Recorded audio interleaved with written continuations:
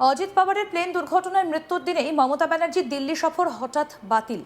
নবান্ন সূত্রে জানা গিয়েছে, আপাতত মুখ্যমন্ত্রী দিল্লি সফর বাতিল। পূর্ব ঘোষিত কর্মসূচি অনুযায়ী ফেব্রুয়ারি মাসের প্রথম সপ্তাহে দিল্লি যাবেন তিনি। কিন্তু কী কারণে মমতা ব্যানার্জির এই দিল্লি সফর বাতিল করা হলো তা নিয়ে ধোঁয়াশা তৈরি হয়েছে। মহারাষ্ট্রের বারামতিতে বিমান দুর্ঘটনায় মৃত্যু মহারাষ্ট্রের উপমুখ্যমন্ত্রী অজিত পাওয়ারের। ঘটনায় বাংলার মুখ্যমন্ত্রী মমতা ব্যানার্জি যথাযথ তদন্তের দাবি জানিয়েছেন। সোশ্যাল মিডিয়ায় পোস্ট করে গভীর শোক প্রকাশ করেছেন তিনি। পাশাপাশি এই দুর্ঘটনায় পূর্ণাঙ্গ তদন্তেরও দাবি জানিয়েছেন। দুর্ঘটনায় অজিত পাওয়ার পাইলট সহ মোট 6 জনের মৃত্যু হয়েছে বলে জানা গিয়েছে। প্লেন দুর্ঘটনায় মহারাষ্ট্রের মুখ্যমন্ত্রী অজিত পাওয়ারের মৃত্যুর ঘটনায় শোক প্রকাশ করেছেন বাংলার মুখ্যমন্ত্রী মমতা ব্যানার্জি। একই সঙ্গে এই দুর্ঘটনায় যথাযথ তদন্তের দাবিও জানিয়েছেন তিনি। দুর্ঘটনায় অজিত পাওয়ারের মৃত্যুর খবর নিশ্চিত হবার পরেই এক্স হ্যান্ডেলে পোস্ট করেছেন বাংলার মুখ্যমন্ত্রী মমতা ব্যানার্জি। তিনি লেখেন, অজিত পাওয়ারের আকস্মিক মৃত্যুতে আমি গভীরভাবে শোকাহত এবং হতবাক। মহারাষ্ট্রের উপমুখ্যমন্ত্রী এবং তার সহযাত্রীরা আজ সকালে বারামতিতে এক ভয়াবহ বিমান দুর্ঘটনায় নিহত হয়েছেন এবং আমি গভীর শূন্যতা অনুভব করছি। তার কাকা শরদ পাওয়ারজি সহ তার পরিবার এবং প্রয়াত অজিতজির সকল বন্ধু এবং অনুগামীদের প্রতি আমি সমবেদনা জানাচ্ছি। এই ঘটনার যথাযথ তদন্ত হওয়া প্রয়োজন। তার এই পোস্ট ঘিরে রহস্য দানা বেঁধেছে। শুধু মমতা ব্যানার্জিরই সফর নয়, তৃণমূলের সেকেন্ড ইন কমান্ড অভিষেক ব্যানার্জিরও দিল্লি সফর বাতিল হয়েছে বলে জানা গিয়েছে।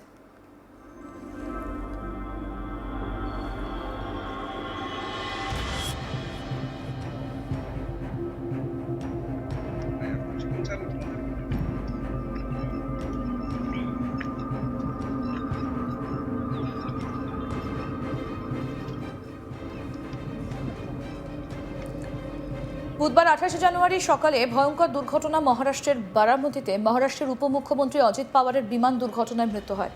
বারামতি বিমানবন্দরে অবতরণের সময় ভেঙে পড়ে বিমানটা। দুর্ঘটনার সময় উপমুখ্যমন্ত্রী ওই বিমানেই ছিলেন। বারামতি এয়ারপোর্টে ল্যান্ড করার সময় দুর্ঘটনাটা ঘটে বলে জানা গিয়েছে। প্লেনটা ভেঙে পড়ার পরই দাউ দাউ করে জ্বলে ওঠে প্লেনটা। দুর্ঘটনায় 6 জনের মৃত্যুর খবর নিশ্চিত করেছে ভারতের অসামরিক বিমান পরিবহনের নিয়ামক সংস্থা director general of civil aviation বা ডিজিসিএ। পিটিআই সূত্রের দাবি, ওই দুর্ঘটনায় মৃত্যু হয়েছে অজিত পাওয়ারের। জানা গিয়েছে, জেলা পরিষদ নির্বাচনের ভোট প্রচারে যাচ্ছিলেন পাওয়ার। গুরুতর জখম অবস্থায় অজিত পাওয়ারকে হাসপাতালে নিয়ে যাওয়া হয়, কিন্তু অজিত পাওয়ারকে বাঁচানো সম্ভব হয়নি। দুর্ঘটনাস্থলের ছবি এবং ভিডিও যেগুলো ভাইরাল হয়েছে তা থেকে দেখা যাচ্ছে ধ্বংসাবশেষ পুরো এলাকা জুড়ে ছড়িয়ে ছিটিয়ে রয়েছে এবং দুর্ঘটনাগ্রস্ত বিমানটা থেকে আগুন এবং ঘন ধোঁয়া বের হচ্ছে।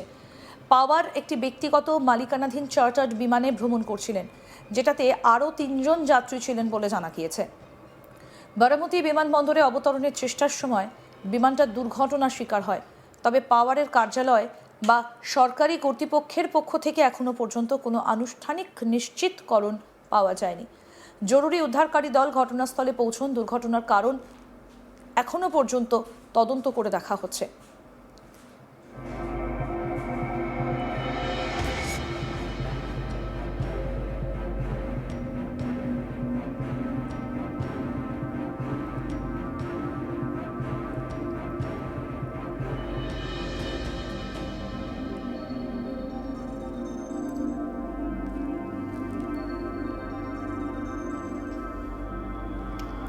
৬৬ বছর বয়সী অজিত পাওয়ার মঙ্গলবার ২৭ জানুয়ারি মুম্বাইতে একটা মন্ত্রিসভার বৈঠকে যোগ দিয়েছিলেন এবং পুনেতে আসন্ন পৌরসভা নির্বাচন সম্পর্কিত কয়েকটা বৈঠকে যোগ দিতে বারামতির পথে রওনা দিয়েছিলেন। জানা গিয়েছে, দুর্ঘটনার সময় অজিত পাওয়ার ছাড়াও তার নিরাপত্তা রক্ষী সহ মোট 6 জন যাত্রী ওই বিমানে সওয়ার ছিলেন। সূত্রের খবর, বারামতিতে ল্যান্ডিং স্ট্রিপ থেকে মাত্র কয়েক কিলোমিটার দূরে ভেঙে পড়ে ওই চার্টার্ড বিমানটা। সূত্র মারফত জানা যায়, 2 যাত্রী ছাড়াও এক ক্রু মেম্বার, 2 পাইলটেরও এই দুর্ঘটনায় মৃত্যু হয়েছে। প্রসঙ্গত বলি, বুধবার 28 জানুয়ারি সকাল 7টা নাগাদ মুম্বাই থেকে বিমানটা টেক অফ করেছিল। বারামতিতে বিমানটা ল্যান্ডিং করার কথা ছিল, কিন্তু ল্যান্ডিংয়ের মাত্র কিছুক্ষণ আগে এয়ার স্ট্রিপ থেকে সামান্য দূরে বিমানটা দুর্ঘটনার কবলে পড়ে। কি বলছেন প্রত্যক্ষদর্শী, শুনবো। आंखों से देखा है, बहुत दुख भरी दर्द भरी घटना है ये। हमने देखा कि एयरप्लेन जब नीचे आया था ऐसा लग रहा था उसका क्रैश हो जाएगा ऐसा हम सोच रहे थे, तभी क्रैश हो गया। हम देखे कि हमें लगा नहीं क्रैश हो गया है, लेकिन एयर ट्रैप पे उतरेगा ऐसा लगा, उतर रहा है, लेकिन क्रैप हुआ और उसके बाद स्फोट हो गया उसका जबरदस्त। स्फोट होने के बाद वो हम देखने आए पहले देखा तो उसको आग लगी थी पूरे प्लेन को, और उसके बाद 4-5 स्फोट हो गया विमान में उसका, और उसके बाद बहुत लोग आ गए और उसने निकालने की कोशिश की, लेकिन बड़ी आग लगी, उसके कारण कोई मदद नहीं कर सकता। প্রাথমিক তদন্তে জানা গিয়েছে বিমানটা বারামতি বিমানবন্দরে ল্যান্ডিং করার সময় মহাকর্ষের বিধ্বংসী টান এবং দুর্বল নিয়ন্ত্রণহীনতার কারণে নিয়ন্ত্রিতভাবে অবতরণ করতে ব্যর্থ হয়।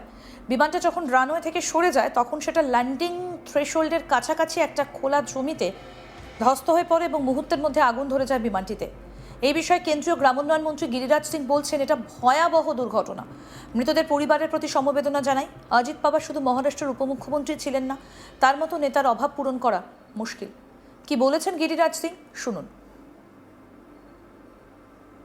उन सभी लोगों के परिवारों को शक्ति दें। इतनी बड़ी घटना, जो लोग उसमें सवार थे, ये बहुत बड़ी दुर्घटना है। केवल महाराष्ट्र सरकार के वो डिप्टी सीएम नहीं थे, बल्कि देश के एक जाने माने राजनेता थे। आज उनकी भरपाई शायद मुश्किल। প্রাথমিক তথ্য অনুযায়ী বিমানটি ল্যান্ডিংয়ের সময় তিন ধরনের সমন্বিত সংকেতে সমস্যা অনুভব করেছিল, যার ফলে পাইলট জরুরি অবতরণের চেষ্টা করেও সফল হতে পারেনি। গোটা ঘটনাটা খুব দ্রুত ঘটে যায় আর ফাইনাল মুহূর্তে বিমানটা ধ্বংসাবশেষে পরিণত হয়। ঘটনা ঘটার পরপরই শুরু হয় উদ্ধার কাজ। দমকল কর্মীরা আগুন নিয়ন্ত্রণে আনতে সর্বত্র চেষ্টা করেন। পুলিশ, অগ্নি নির্বাপন বাহিনী, নিকটবর্তী হাসপাতাল, মেডিকেল টিম সকলেই দ্রুত ঘটনাস্থলে উপস্থিত হন। এখনো পর্যন্ত বিমান দুর্ঘটনার সঠিক কারণের ওপর সরকারি তদন্ত চলছে। প্রাথমিকভাবে বলা হচ্ছে এটা কারিগরি ত্রুটি বা যান্ত্রিক সমস্যাজনিত একটা ঘটনা, যার কারণে পাইলট সময় মতো রানওয়ে নিয়ন্ত্রণ করতে পারেনি।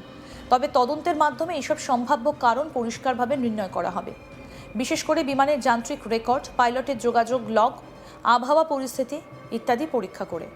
সকালে অজিত পাওয়ারের বিমান দুর্ঘটনার খবর প্রকাশ হতেই রাজনৈতিক নেতা এবং সাধারণ নাগরিকরা শোক প্রকাশ করেছেন। মহারাষ্ট্রের প্রশাসনিক এবং রাজনৈতিক মহল গভীর সমবেদনা ব্যক্ত করেছে। কেউ কেউ এই দুর্ঘটনাকে জনসচেতনতা বৃদ্ধির সুযোগে পরিণত করেছেন, যাতে বিমান নিরাপত্তা এবং করিডোরের উন্নয়ন আরও শক্তিশালী করা যায়।